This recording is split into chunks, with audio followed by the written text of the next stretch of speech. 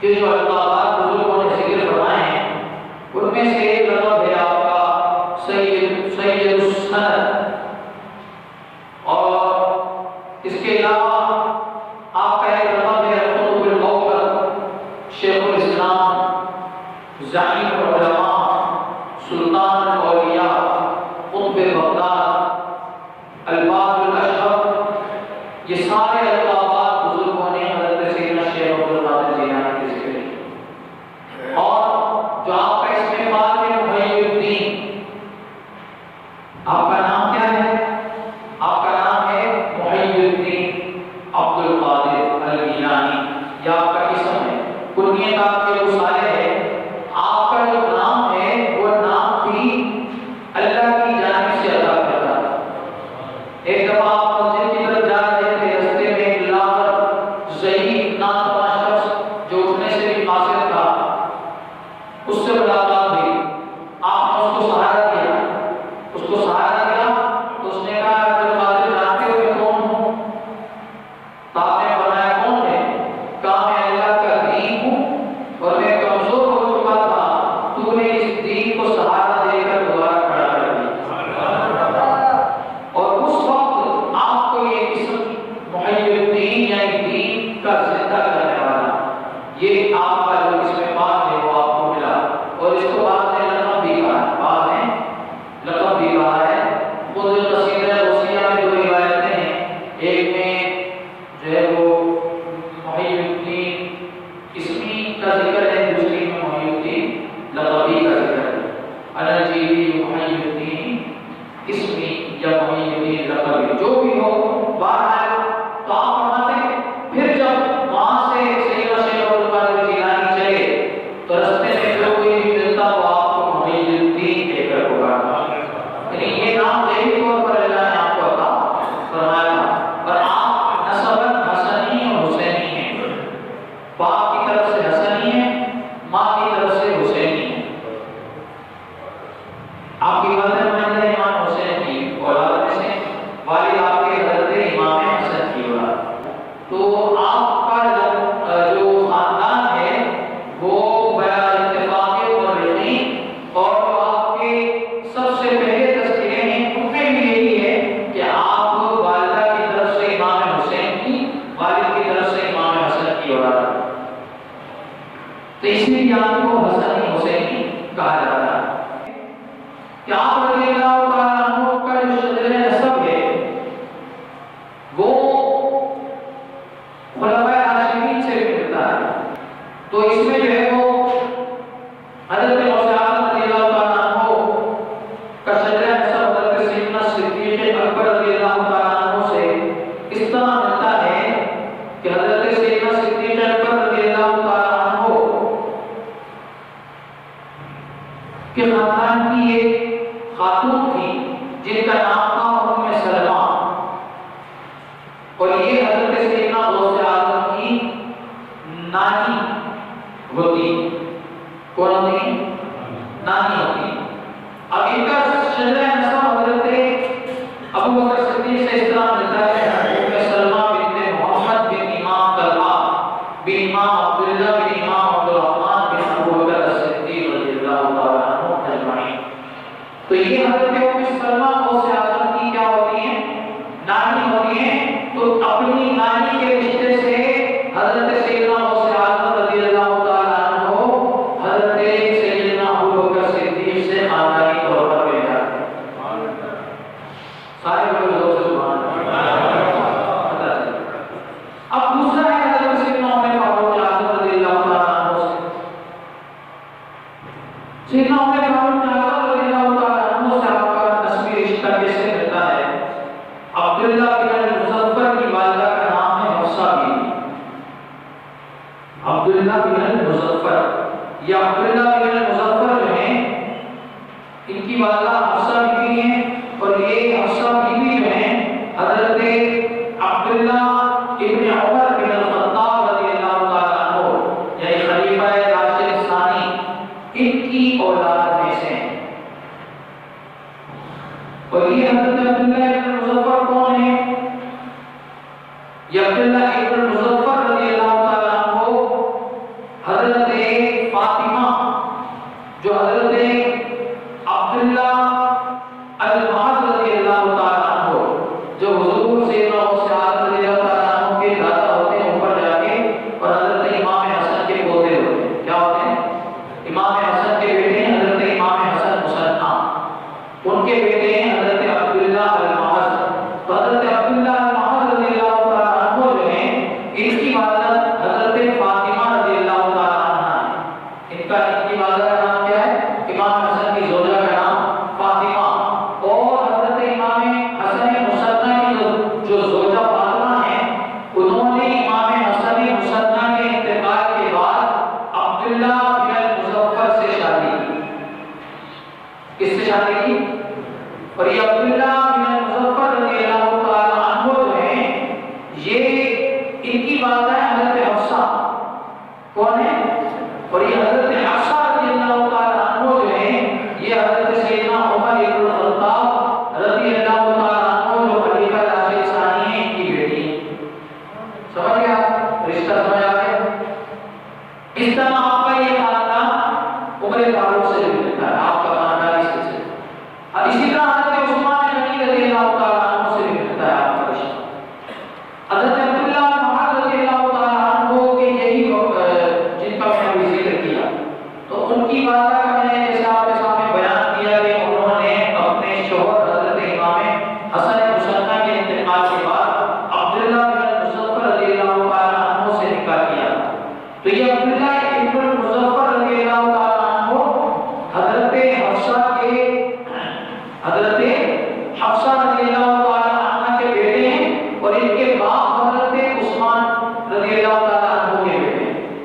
یعنی حضرت عثمان کے جو پوتے ہیں، اور حضرت عثمان رضی اللہ تعالیٰ عنہ سے اس طرح ان کے ذریعے سے جو ان کی والدہ کا تعلق بنا، یوں حضرت عثمان سے بھی خاندانی تعلق غوث اعظم کا پیدا ہو گیا. یعنی یہ سارے یہاں تو آپ کے دادا ہوتے ہیں یا آپ کے نانے ہوتے ہیں اوپر کا. تو اس طرح آپ کو جتنی نسبتیں تھیں، سب سے پہلے رسول اللہ کی نسبت خاتون جنت کے ذریعے کی. خاتون جنت سے پھر حضرت امام حسن و حسین کی نسبت بھی آپ کو ملی. امام حسن و حسین سے مولا علی کی نسبت مل گئی کیونکہ ان کے والد مولا علی ہیں. تو یہ ساری اوپر نسبتیں جمع ہو گئی جنت کی. رسول اللہ، امام حسن کریم، حضرت فاطمہ الزہرا مولا علی مشکل کشا، یہ جنت پاک کی نسبت خاندانی اعتبار سے آپ کو اپنے باپ اور اپنی ماں کی طرف سے ملتی ہے.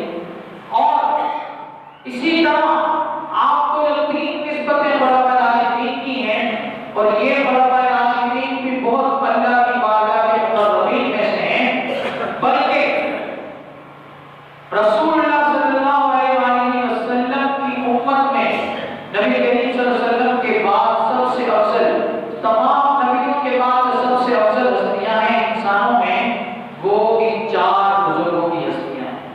تو ان چاروں سے آپ کا تعلق ملتا ہے. تو جتنے خاندانی اور ولایت کی نسبتیں تھیں، وہ سب کے سب اللہ نے آپ کی ذات میں جمع فرما دی. اب حضرت سیدنا غوث اعظم رضی اللہ تعالیٰ عنہ کی ولادت کب ہوئی؟ آپ کی ولادت 470 ہجری بمطابق 1077 عیسوی بلاد جیلان میں ہوئی. یہ جو جیلانی آپ کو کہا جاتا ہے، یہ اس لیے کہا جاتا ہے کہ آپ کی پیدائش جیلان کے علاقے میں ہوئی. اور یہ جو جیلان ہے، یہ ایران کے علاقے، ایران کے ایک شہر کا ایک صوبہ ہے تبرستان، اس کا علاقہ ہے جیلان، آج بھی موجود ہے. اور وہیں پر آپ کے والدہ کی مزار بھی ہے. آپ کی والدہ کی مزار اسی علاقے گیلان میں. تو وہاں آپ کی پیدائش ہوئی 470 ہجری، یعنی آپ آج ہم 1440 ہجری میں ہیں. تو تقریباً 4 اور 6 10 اور 4 تقریباً 970 سال ہو گئے سیدنا غوث اعظم رضی اللہ تعالیٰ عنہ کی ولادت. آپ رضی اللہ تعالیٰ عنہ نے اپنی پیدائش سے ہی بتا دیا کہ میں اللہ کا کامل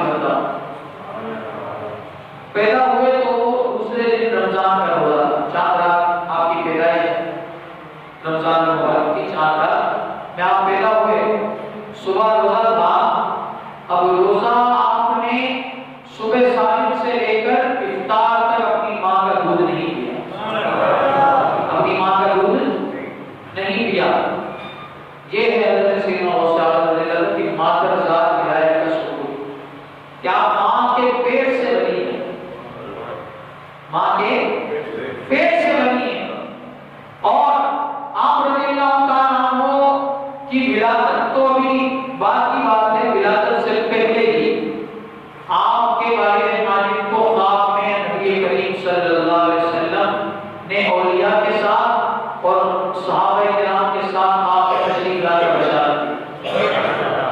وہ بشارت کیا تھی؟ فرمایا ہے مصالح آپ کے والد کے کیا مصالح موسیٰ جنگی دوست رحمۃ اللہ علیہ، تو حضرت مصالح موسیٰ جنگی دوست رحمۃ اللہ علیہ تھے، ان کو خواب میں حضور نے پورے اولیاء کرام صحابہ کرام کی جماعت کے ساتھ آ کر بتایا کہ ابو صالح تیرے یہاں جو بیٹا پیدا ہوگا، تیرے یہاں بیٹا پیدا ہوگا، فرمایا اس کی شان اولیاء میں ایسی ہوگی جیسے میری شان اللہ نے نبیوں میں رکھی ہے۔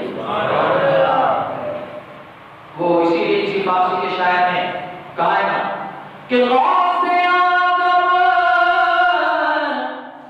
درمیان اولیاء جو محمد درمیان انبیاء، فرمایا غوث آدم کی ولیوں میں یہ شان ہے جیسی شان ہمارے نبی صلی اللہ علیہ وسلم کی نبیوں میں تھی۔ وہ اسی اردو کے شاعر نے اس کا ترجمہ کر دیا کہ خود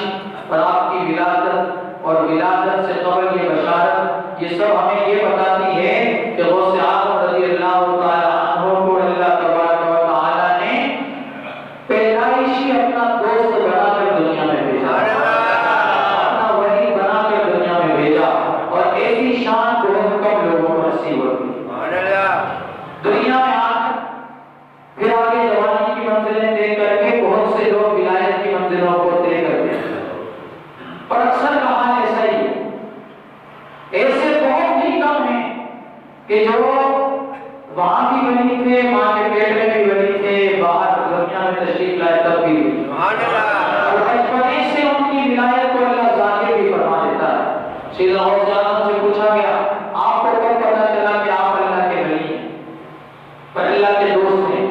تو تھا کہ جب میں مکتب میں پڑھنے جاتا تھا تو مکتب میں جاتے وقت مجھے آواز آتی کہ کوئی کہہ رہا ہوتا کہ اللہ کا ولی آ رہا ہے، اس کے لیے جگہ کشادہ کرو، تو اس وقت سے میں جان گیا کہ میں اللہ کا ولی ہوں اور اللہ کا دوست ہوں۔ اور غوث اعظم کی ایک اور کرامت وہ یہ تھی کہ آپ کی والدہ ماجدہ جب آپ کو دودھ پلاتی تو اس وقت آپ رضی اللہ تعالیٰ عنہ کی والدہ ماجدہ قرآن کریم کے 18 پاروں کی حافظہ تھی، وہ 18 پارے آپ اپنی زبان سے تلاوت فرماتی، دودھ پلاتے وقت اپنی زبان سے 18 پاروں کی تلاوت کرتی۔ غوث اعظم ابھی چھوٹے تھے، دودھ 2 سال کی عمر تک پلایا جاتا ہے۔ اب آپ سوچئے اللہ کے ولیوں کی شان کیسی ہے، اللہ کے ولیوں کا مقام کیسا ہے۔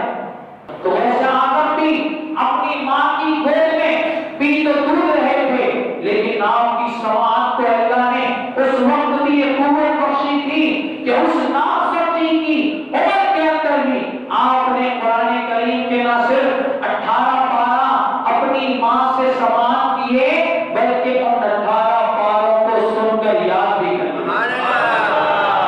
4 سال 4 ماہ اور کچھ دنوں کی عمر تھی، آپ کو رسم بسم اللہ کے لیے بٹھایا گیا۔ جب استاد نے اعوذ باللہ بسم اللہ